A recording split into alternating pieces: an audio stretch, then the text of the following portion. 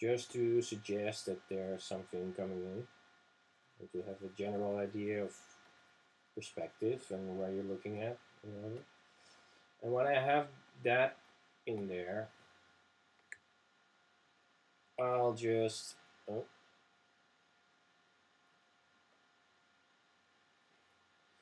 I'll just grab a darker brush again and just start defining shapes back in there again. So like there's some mountains, pieces of rock, pieces of tech, I don't know, which are blocking the haze again a bit. And I'll show you guys. I got a lot of those deck things which I made in alchemy just to show you, which are just random shapes which just scatter and just shift color. And it's just, and I try to, especially for structures and everything, I just try to make them as busy as possible.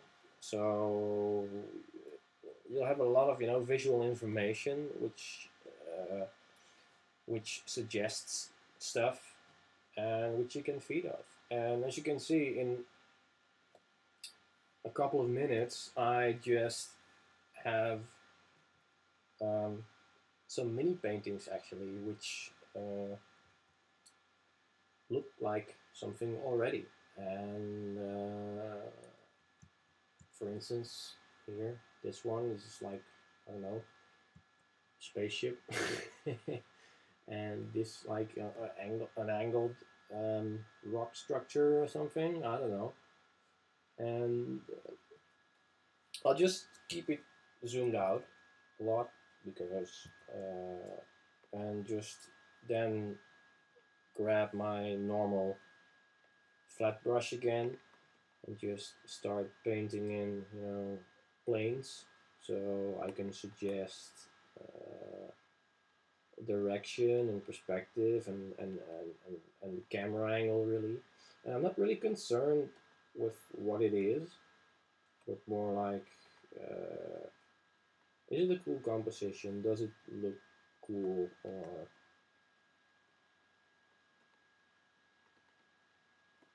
or doesn't it? And a lot of times that's what I do as well, because I start with just painting everything in, but after that I'll just select one of the rectangles and just hide the selection.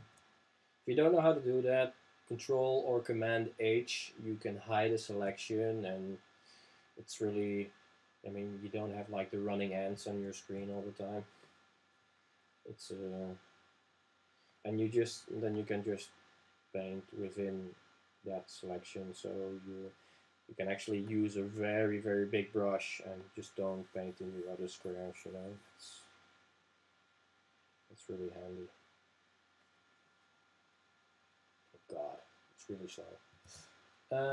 So yeah, so that's kind of how I approach my thumbnails, and I mean I have like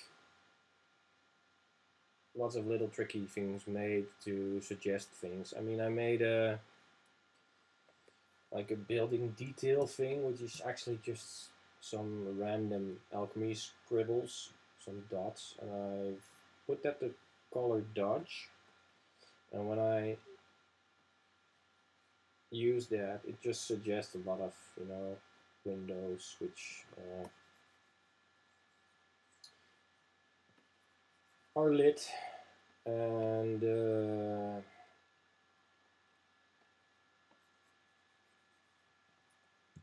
which looks kind of cool for spaceships or sci-fi structures or whatever. It's yeah. Actually, guys, this is my first video I made, and it feels kind of weird talking to yourself, like like talking to an imaginary friend. It's I might do more of this, but it's putting a really heavy strain on my computer. My computer is a couple of years old and it's not really working. So, or it's actually pretty slow when I use those big, heavy textured brushes and everything. So it's not really, my computer is not really happy about this. But yeah, so it's all about just, you know, making the weird brushes and just in the brush settings of Photoshop, just do like a random color, random scattering, random angular stuff, and just do layers on top of each other and just get a lot of information and value shifts and detail in there and just try to see try it's like one big Rorschach test really where you just see shapes and you just see something in there like okay this could be a spaceship, this could be a mountain pass, this could be a whatever. And if you use really angular brushes it really looks like, you know, tech or structures pretty quickly. And if you use like I also have some brushes which I made from um, acrylic paintings I actually did, like abstract acrylic paintings, and there and I made pictures of that, and I turned those into brushes, like textures of paint, and those work really well for like the idea of forests or whatever, or more natural bushy things. I don't know, and so that's pretty cool, actually. And it's just, I mean, if you use more like rounded or foliage-like shapes, you get a more natural look. And if you use really angular shapes, you get the more sci-fi look or alien. Or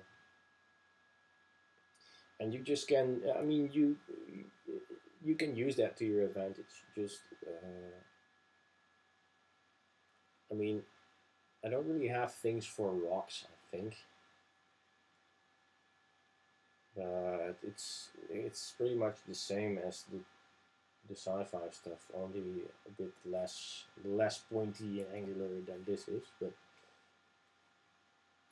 so yeah, I'll show you something more with the. I mean, I'll use the painting brush here to paint some more foliage-like stuff in there.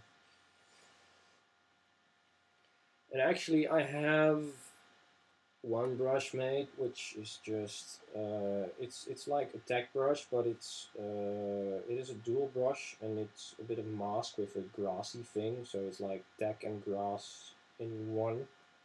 As you can see here, it it, it just makes some kind of landscape kind of feel.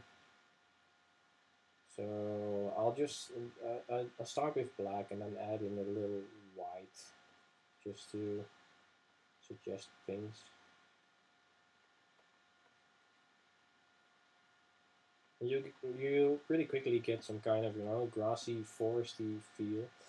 And when I have that, I'll just start with my just flat brush again, make it really white, and just, you know, start cutting out stuff just to suggest there's something behind there. Make a bit of a ground plane. And then grab my glow brush again and, you know, add in some light, like there's a haze and there's some light coming in or whatever. And just take the dark brush again, or a dark brush, and just start painting in some other stuff again.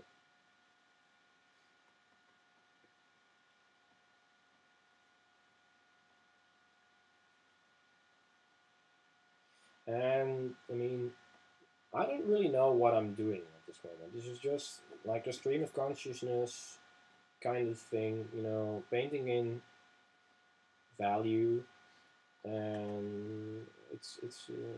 I mean, if you guys think it looks like magic, it pretty much is. But you just have to create the right tools for yourself to do it. So I hope that helped a bit. And if you have any more questions, just um, hit me up on the CA.org forums. I mean, Pixel Tuner, you guys know that. I'm just hope to see you guys around and hope this helped. So, bye guys.